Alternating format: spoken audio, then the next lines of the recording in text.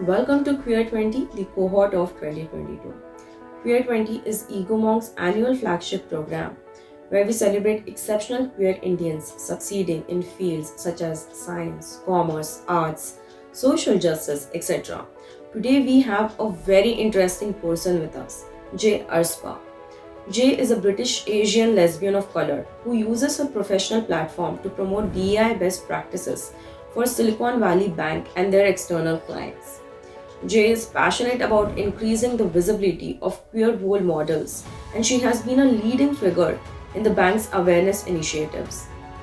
She has authored numerous articles promoting queer awareness and especially from ethnic minority backgrounds.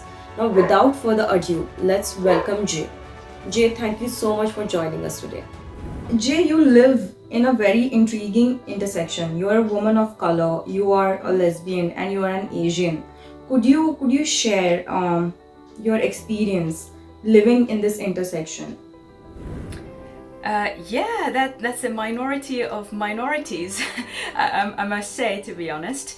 And I think I'll talk about what it feels like to be probably discriminated against based on these characteristics. But I do think that discrimination is usually linked to characteristics which are visible.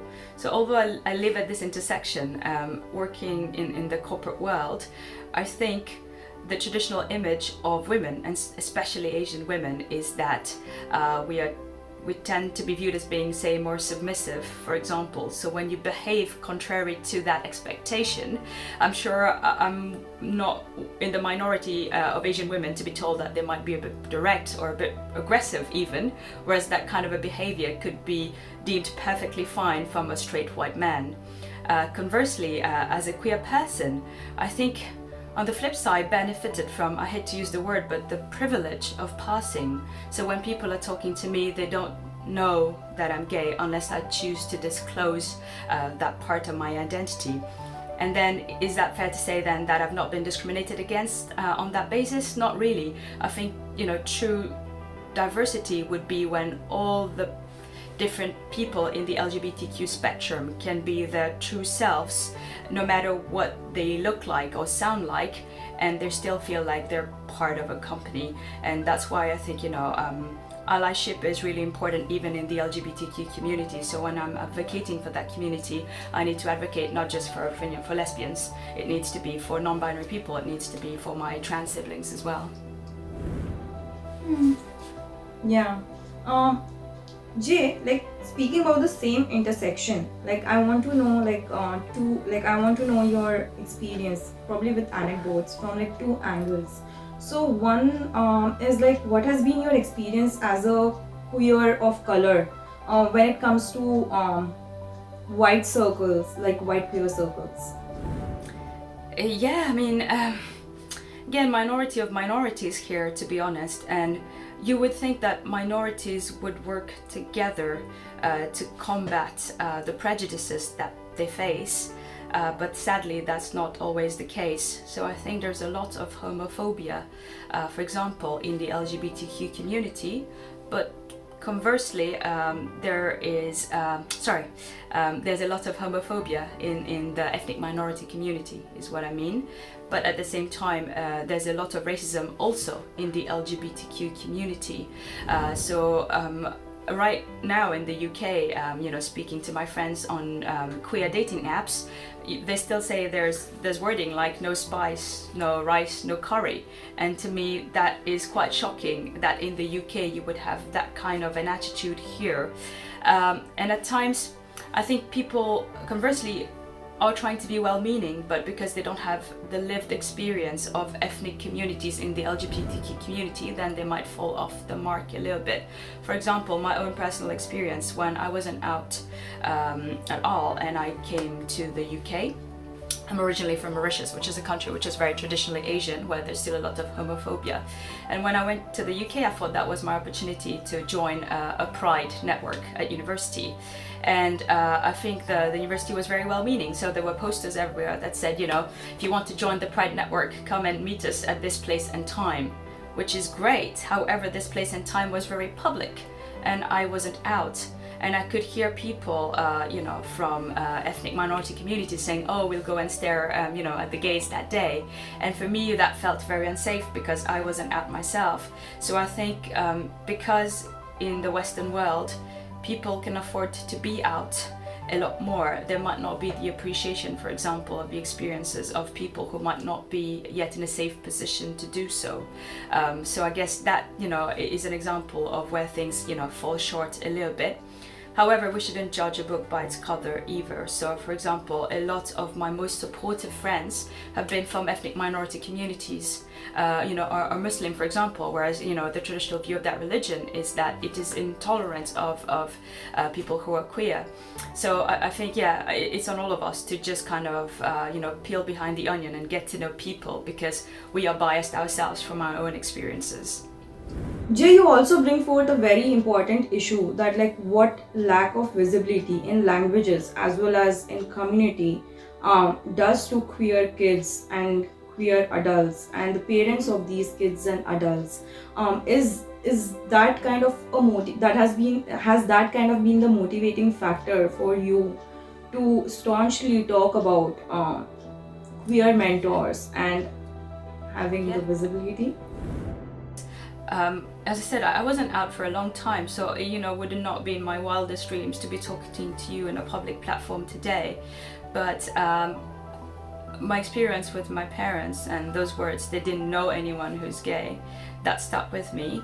And then also I am now a board member for a charity in the UK called Diversity Role Models. So it's a non-for-profit organization where they send role models from a variety of backgrounds to school from the queer community. So ethnic members, trans members, women, just non-binary people across the community, to go to schools and share their own stories. And this is to prevent, bullying ultimately, and to ensure there's inclusion in the LGBTQ community, because that starts from when we're kids. Kids pick up a lot of nonsense, to say the word, from their parents, from the media, from the community, and before they know it, it's just kind of perpetuated that image. And we need to get them young and in there, and we need to get them in terms of redressing that balance, not only for the kids but for the parents as well, because I think to sort of use the Hindi version of what they would say in Mauritius, when I came out to my parents, it's sorry for my sort of very poor Hindi, but it's like log kya kahenge, that's it. What would people say? It's a big thing, and that is what I want to negate and combat by being part of this visible role models. I want people to say when they look at me, hey, she's happy, she's got a wife that loves her, she enjoys her job, she's got friends, and she happens to be gay. This is what I want people to say, not just kind of the lesbian with the traumatic story.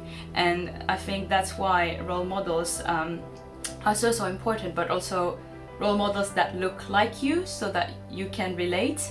I mean, you can't be what you can't see is a motto that always really resonated with me, and that is why we need to make that effort to have visibility across the board in terms of different facets. And I think some companies though could be accused of maybe, hey, if they don't have someone from an ethnic minority in their staff who is queer, are they trying to just push that kind of a person, which is not representative. And I think here intent matters a lot. I think as companies say, hey, we don't have that many people from minority groups in our communities, but we're trying to encourage that visibility, and we want to encourage people to know that we're a safe haven. The intent matters a lot here, to be honest. And I think for role models, conversely, not everyone should be in the public eye, goes without saying. But for me, if you are in a position of influence and it's safe for you to be visible, I don't think we've got a choice. Here the choice is not to be a good, a role model. It's whether to be a good one or a bad one. So for people who can afford to be in that safe public eye, I'd say, do it, because it's a matter of life or death now if you don't. Yeah. Jay, you're clearly inspired by mentors and the loss that it creates when you don't have mentors, and the benefits we can reap when we do have mentors, primarily being queer kids will like not grow up feeling like they have nobody like them. I think that's a deep one. Like to grow up like that, to think that you are the only one like you. It's a very lonely world to grow up in, internal and external. And you are working hard to like make it otherwise. Are there any peculiar instances or like people from your life who served as your role models as you grew up? I mean, as I mentioned before, when I grew up, I didn't know anyone at all who were like me. So the role models were people from the media or were from TV series, for example. I don't know if you remember the L Word, but that was the one lesbian series I was aware of when I was growing up. And that was my image of, you know, what lesbians looked like. But then they were all white, for example, or they were all very feminine, or all very, wealthy. And that was just, you know, so that was just an image that I thought, oh, that didn't resonate with me necessarily. You know, here I am, you know, being Asian from a family where I was the first person to go to university. And I was like, oh, can I ever be like that? So I guess I always incrementally tried to find characteristics from different sort of facets of what I was seeing. But really, for me, I think it was Suki Sandhu's list when I moved to the UK later of seeing, oh, that there's like a top 100 role models, you know, from future leaders to people in the exec world and to allies even. So I thought it wasn't necessarily one particular person, but just the collective of people who were trying to do that work to make a wider community of people being visible. And actually it was when I was about to interview Suki for one of my client webinars that I came across, you know, QueerTWENTY as well. And I just read like, you know, such inspirational stories of people who've done so much, and that, to be honest, inspired me even more to be like, you know, we don't necessarily need the one person that is a role model, but there's so many of them now. Actually, they just need, maybe their work isn't as visible as it could be. So I really admire platforms which are trying to make that active effort to showcase them. You have spoken about DI efforts and the role of corporates in making a safe haven for their employees, but also towards this political cause in general. But what are your views on this one particular question? That is, DI efforts matter, but how do you reconcile the impact of corporate efforts in the backdrop of systemic issues that continue to perpetuate this marginalization and exclusion? Yeah, I think that's a very fair question, and I think companies need to be very deliberate in how they're approaching the topic of diversity and inclusion. For example, when companies say we want to hire more diverse, what does more diverse mean? What or who are you targeting? What segment? Define it. I am trying to hire more ethnic people. I'm trying to hire more women. I'm trying to hire more people with disabilities. Be clear on what you're trying to achieve and have data and targets around them. I'm a firm believer in targets personally because I think without being explicit about what you're trying to achieve, without the data to measure it, you can't achieve it. And I think companies need to be holding themselves accountable in quite a public and visible way to what they're trying to achieve. So they need to disclose their targets, as much as possible to their internal staff, for example, or even externally, if they feel in their position to do so. So I think that's where companies, really need to come together to just do the right thing. To be honest, companies need to stop asking for a business case to push the diversity and inclusion agenda, because it is just the right thing to do, full stop. And companies need to put their money where their mouth is. So companies who are invested in the DE&I space can't say they don't have a DE&I dedicated staff member. They can't say they're just relying on volunteers who have day jobs to go and kind of spread the message. They need to take active steps to make that happen. they've got the money, spend it, and that is for more corporates, most of the corporates around the world, and they need to be able to stand by it as well, even if it's a difficult pill to swallow. I think, for example, at the moment, obviously the World Cup is a big area of divide, because you've got a lot of companies who during Pride Month were very active Pride supporters, and at the same time they're now World Cup supporters in a country which is not let's call it very well known for respecting women and LGBTQ rights. So companies need to decide where they're standing on that platform and be consistent with it, because otherwise, personally, I think they will lose the following that they currently have. They'll just negate all the hard work that they're trying to achieve on the one hand by negating it with actions which just speak to the contrary on the flip side. Hopefully that kind of gives a bit of, not to be too political, but that gives a view of, of my thoughts on the topic. You bring about a question that you bring out a point that kind of links to my next question, which is, there is a growing school of criticism against DEI. The core argument against DEI is that DEI, which is branded as inclusionary effort, is essentially initiatives that capitalism has reduced this movement to a mere brand metric, which is kind of what you spoke about. Like, when you are saying you are a DEI and inclusionary entity, what that essentially means is you will not only stand by me, but you will stand against every system that kicks me out. I think this is where it gets a little confusing when corporates pick sides based on what season it is. Right? So what is how do you navigate this? How do you personally navigate this, because you are in those sectors? I think you'll be naive to think that companies are not motivated by commercial gain at the end of the day. And I think it's seeing what role we can play, maybe as individuals, to change that narrative. So if we are working for a company that does not stand by our values, I think we as individuals all have a role to speak up.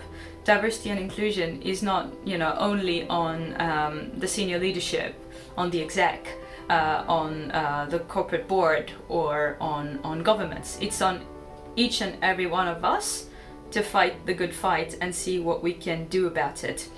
And ultimately, if we are, in a system that does not respect our own value system, then we need to be strong enough to stand against that system and create our own. I think a core example is Lady Phil in the UK. So she's the founder of Black Pride, and she said, I went to the Pride before, and it just was run by a capitalist system with people that did not look like me, and that did not include me, more to the point.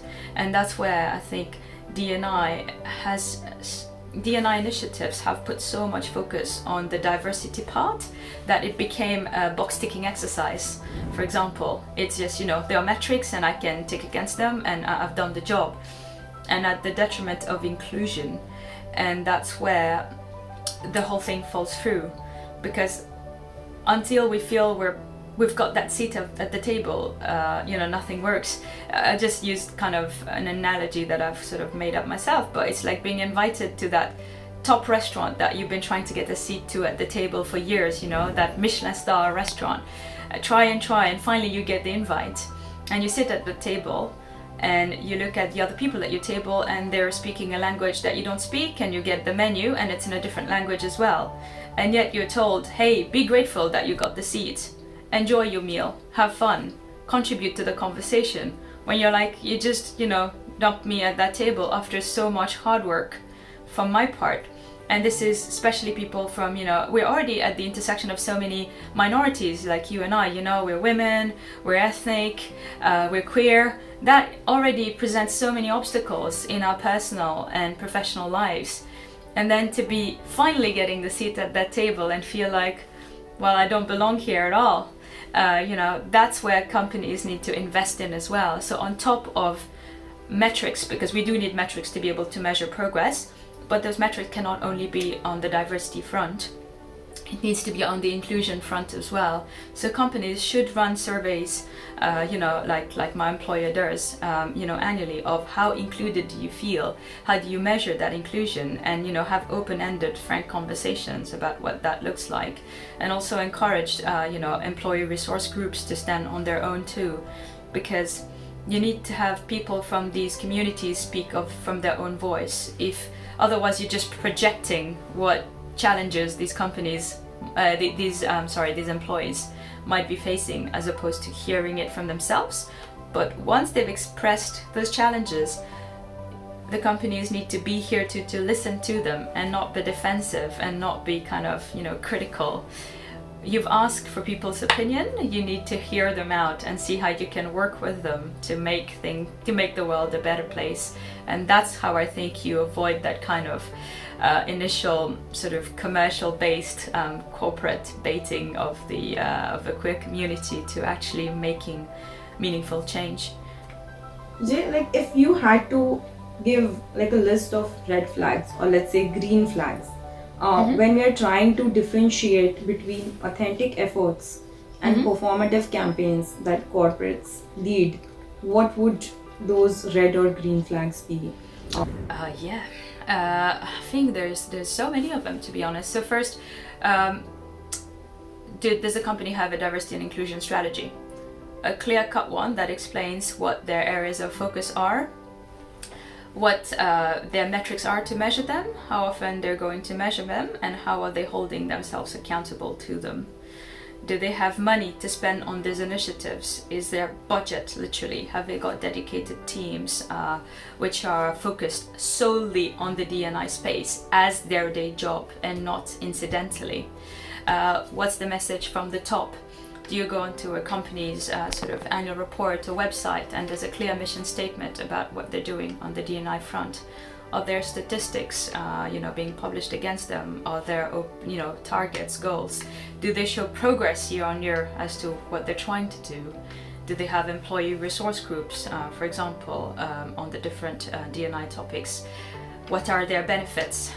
For example, is your same-sex partner recognized as your partner, even if you're not legally married in a jurisdiction where you can't be? I think there's so many of them, to be honest, in terms of green flags. But really, I think it's the tone set from the top. The senior management of the firm needs to be completely bought in and be very, very visible. I guess red flags for me would just be anything that just seems so vague in nature that you don't even know what they're trying to talk to at all. So if the strategy is not explicit or is non-existent, because I've received now fair few even job specs where the diversity and inclusion isn't mentioned at all, and for me that's just unacceptable in this day and age. So I think companies know what the right thing to do is, and they've got enough examples of the right thing to do. If they're not doing them, that's sending a conscious message. So for me, kind of actions as opposed to words is probably where I draw the line with companies. They need to have done something and not just said it. Like to conclude this discussion, if let's say like there are both because the world is thankfully not so binary, and thanks to queerness we accept that now. What would be your advice to folks, including corporate entities, government entities, who might have made the mistake of indulging in performative campaigns but do want to make an authentic shift to actually including hiring, and not only hiring but actually sustaining and retaining diversity folks? I think it's listen to your people. Listening and admitting that mistakes have been made but you want to do better is probably as simple as that.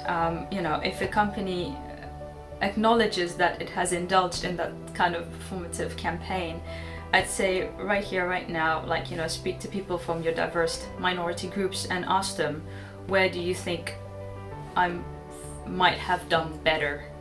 Because that answer will really differ for different groups. So for example, when I was not out myself, I would have told my company, I just want a confidential port of call, group where I can go to understand their experiences. That's for me not being out, when I was back in the closet. If you ask me as a woman, for example, now, what can my company do? I'd say be more visible, fix the gender pay gap, for example. So depending on what part of, the underrepresented groups you're from, the answer would sound very different. And companies need to go and listen to these different groups to get their perspective. Then they need to take action. That's it. It can't just be talk. It can't be the same target year on year with no progress measured against them. All the numbers haven't changed, but you found some explanation for why you haven't changed. They need to do better. That's it. Just do better. Jay, your story personally is so motivating to me. And I think motivating is the wrong word. I think it's a bringer of hope. Oh, thank you. So thanks for sharing this. I'm no, so thank happy. You for having me. Yes. No, seriously, Yeah. Thank you for having me. I never thought I would be a story of hope myself, put it that way. But it gets better. It has gotten better, and it'll only keep getting better. But I think we all need to work together to make that happen. It's not on specific individuals to do that, or corporates, or governments, or entities. It's just everyone comes together to make a village, or whatever the saying is.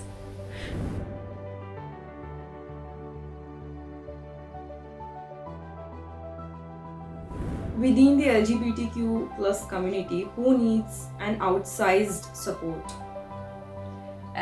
The transgender community and non-binary community. Who is your queer role model? I'll repeat myself, but Sugi Sandhu, definitely. You could have two, totally. Oh. What's the best thing about being queer for you? It's the chosen family that I've gotten out of it. Who is your favorite queer character on screen now? On screen, probably Jennifer Beals from the L Word, Generation Q. Okay. What is this one thing that scares you?